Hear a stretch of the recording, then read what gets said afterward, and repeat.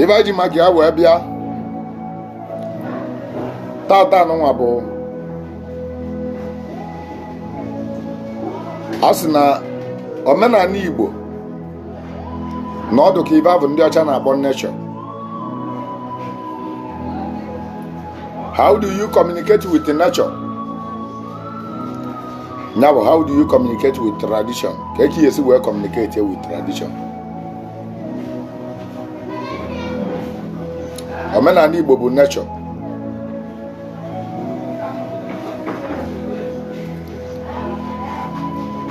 Ndị oyibo gwara gị sị gị you can never cheat in nature. Otu a ka ọ dị mmadụ esi gị you can never run away from your tradition. Maka for the fact na ede ndụ na-eku ume omenala obodo unu nna gị na-eme ya na-achụgharị gị.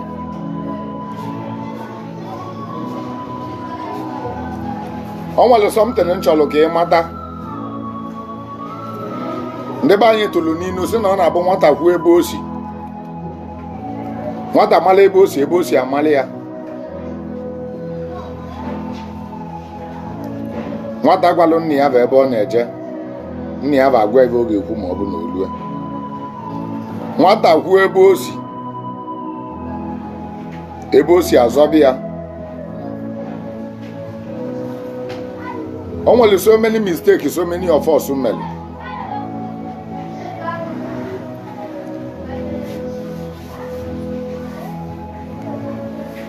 Emele nkịtị ndị nọ n'obodo oyibo tata n'ụwa na-ata ahụhụ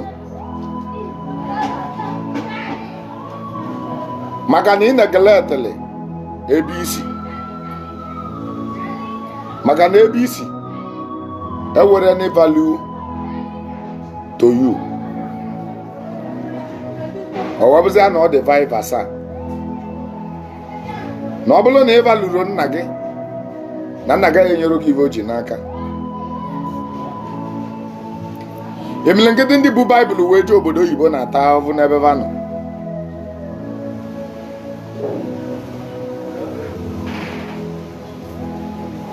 Emele nkịtị ndị ji Baịbụl wee nụba di na nwunye agbasago.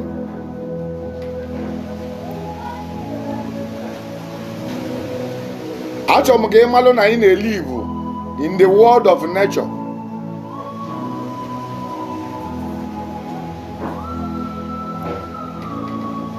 Ọ bụrụ na ị try ya ka isi tie nature in any way,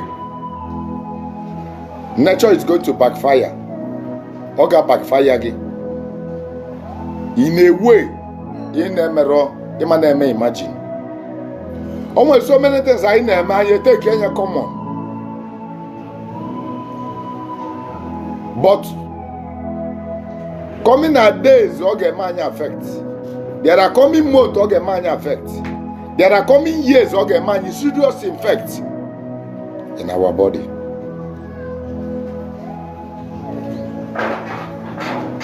Ọ ga-eme anyị affect. There are coming years ọ ga-eme anyị serious effect in our body. Amamatụ,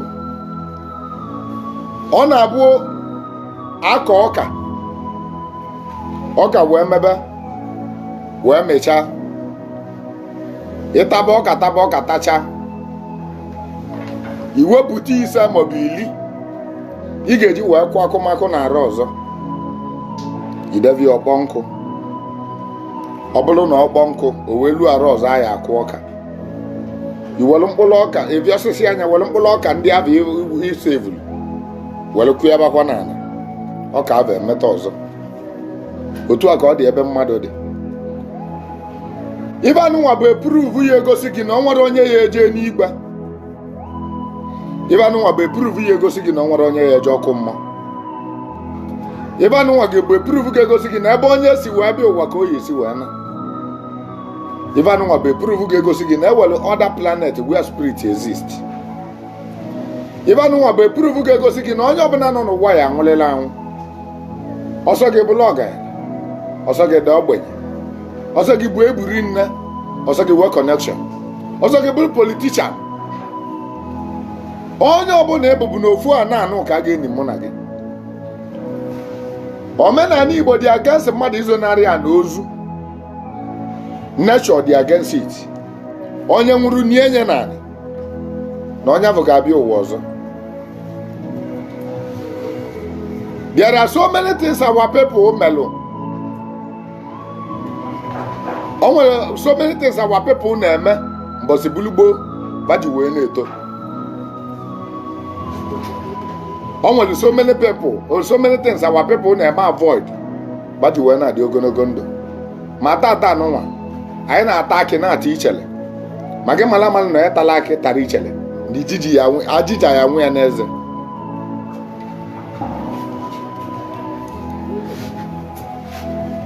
Omenala Igbo